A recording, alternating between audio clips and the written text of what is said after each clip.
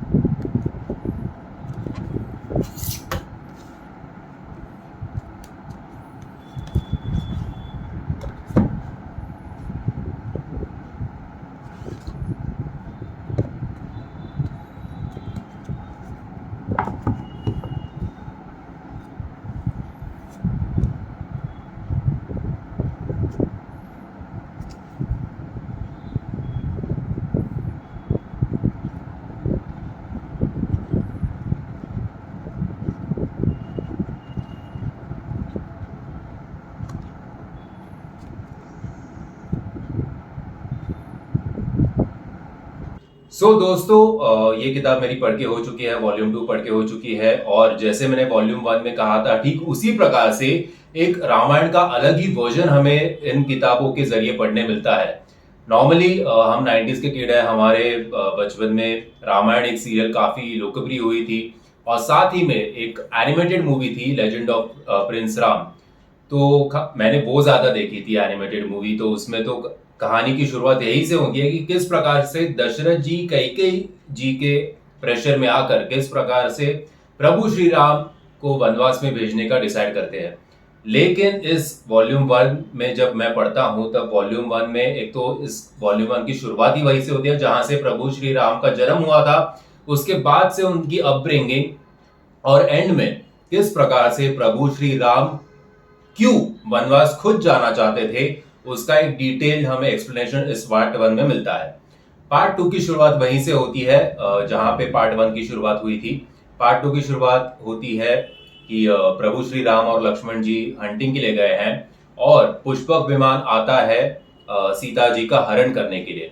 अब इसमें काफी ट्विस्ट एंड टर्न्स है, क्योंकि पार्ट 1 में भी बताया गया था कि विभीषण और शूर्पणखा पहले ही आ चुके थे राम जी के शेल्टर में। वो लंका से भाग के आए थे, रावण जी के डोमिनेंस को त्रस्त हो चुके थे वो पूरी तरीके से।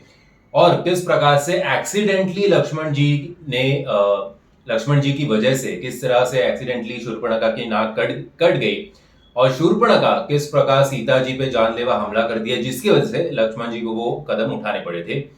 तो उसका अभी रिवेंज लेने के लिए लंकन्स तो आने ही वाले हैं। तो इसके लिए ये प्रभु श्री राम, लक्ष्मण जी, सीता जी और जटायु और उनके 10-15 सैनिक वो किस प्रकार से जगह बदलते रहते हैं। अगर खाना भी बनाना है तो धुआं बाहर ना आए, इसलिए जमीन के नीचे वो किस प्रकार से अन्न को बनाते हैं, उसके ऊपर काफी डेमोन्स्ट्रेट इन दोनों ही किताबों में किया गया था। अब ये दोनों जा चुके हैं हंटिंग के लिए, शिकार करने के लिए, और सीता जी अकेली है एक वायुपुत्र के साथ, जटायु के एक सैनिक के साथ। और तभी पुष्पक विमान आ जाता है जिसमें कई सौ सैनिक होते हैं। साथ ही में जो हमें आज तक बताया गया था कि केवल रावण आया था सीता जी का हरण करने के लिए, तो वैसे इस किताब में नहीं है। इस किताब में वो पुष्पक विमान लेके कई सौ सैनिकों के साथ अपने भाई कुंभकर्ण के साथ आया था सीता जी को हरण करने के लिए, अपहरण करने के लिए उनका। लेकिन जिस प्रकार से हमने वो एनिमेटेड मूवी में भी देखा था, या जिस प्रकार से रामायण सीरियल में, थोड़ा थोड़ा मुझे रामायण याद है, वो जो सीरियल आती थी वो, तो जिस प्रकार से सीता जी को दर्शाया गया था कि हे प्रभु, हे मेरे भगवान, हे मेरे पति देव, एक्सेट्रा एक्सेट्रा, इस किताब में टोटली डिफरेंट है। अगर आप इस किताब का कवर ही देखोगे तो सीता जी को फुल वॉरियर के अटायर में दिखाया गया है, जहां पे उनकी मसल टोन बॉडी भी दिखाई गई है। काफ से लेके बाइसेप ट्राइसेप सब है सीता माँ के पास, और वो अन्याय के खिलाफ खड़ी होने वाली एक योद्धा है। किस प्रकार से रावण को भी किडनैप करने में, रावण को, सीता जी को किडनैप करने में कितने एफर्ट्स लगते हैं, कितने लंकन्स को गंवाना पड़ता है जब वो सीता जी का हरण करने जाते हैं, वहीं से कहानी की शुरुआत होती है। तो अभी सीता जी का हरण होता है और बाद में कट टू सीता जी के जन्म से लेके वनवास तक प्रभु श्री राम किस प्रकार से उनके लाइफ में आए।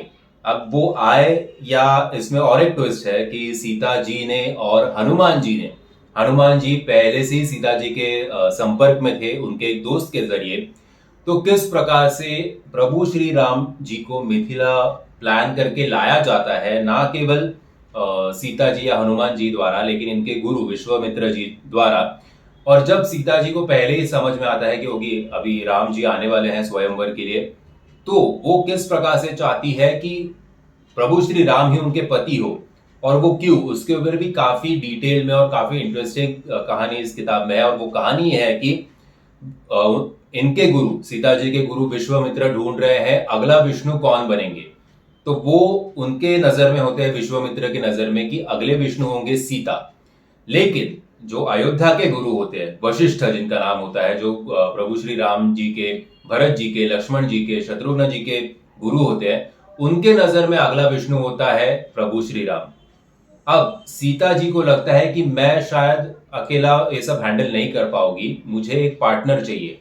तो किस प्रकार से वो प्रभु श्री राम जी से उन्हें गाइड करना चाहती है कि जो स्वयंवर है उसमें आप जीते। लेकिन प्रभु श्री राम जो लॉ को काफी फॉलो करते हैं, जो प्रिंसिपल्स को काफी फॉलो करते हैं, उनके ये प्रिंसिपल के अगेंस्ट था कि अगर कल मैं स्वयंवर कर रहा हूं तो आज मुझे सीता जी के द्वारा कोई भी गाइडेंस नहीं चाहिए, मैं देखूंगा, जो नसीब में होगा देखा जाएगा।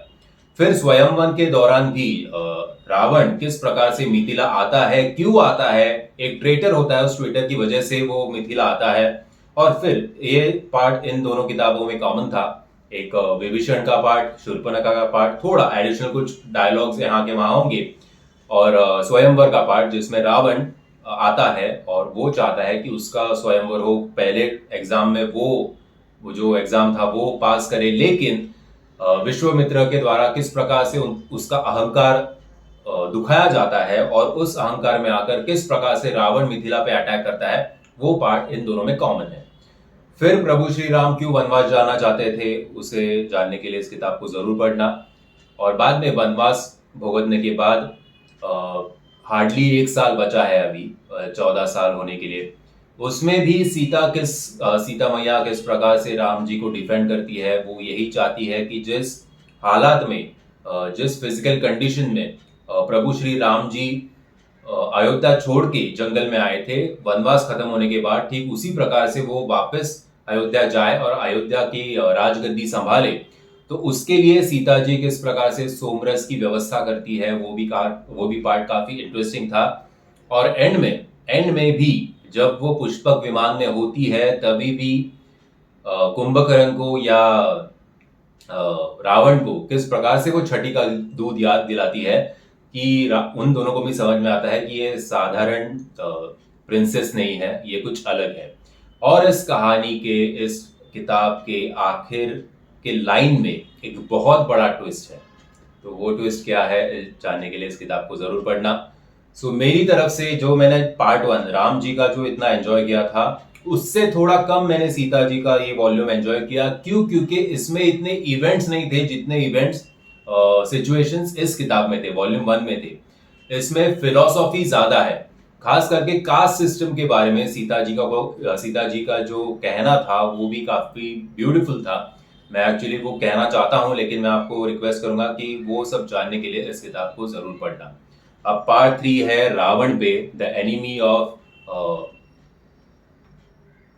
आर्यनवर्ता। और बाद में पार्ट 4 में ये तीनों कैरेक्टर्स एक दूसरे के साथ भिड़ेंगे और पार्ट 4 का नाम है लंका। सो अभी रावण इस वॉल्यूम 3 को पढ़ना शुरू कर देता हूं और आशा करता हूं आपने इस किताब को, इस बॉक्स सेट को पढ़ा होगा। और अगर आपने पढ़ा होगा, आप मेरे ओपिनियन से एग्री करते हुए या डिसएग्री करते हुए कमेंट्स के माध्यम से बताना। ये वीडियो पसंद आया होगा तो लाइक शेयर और चैनल को सब्सक्राइब करना मत भूलना। जय हिंद, जय महाराष्ट्र, जय श्री राम।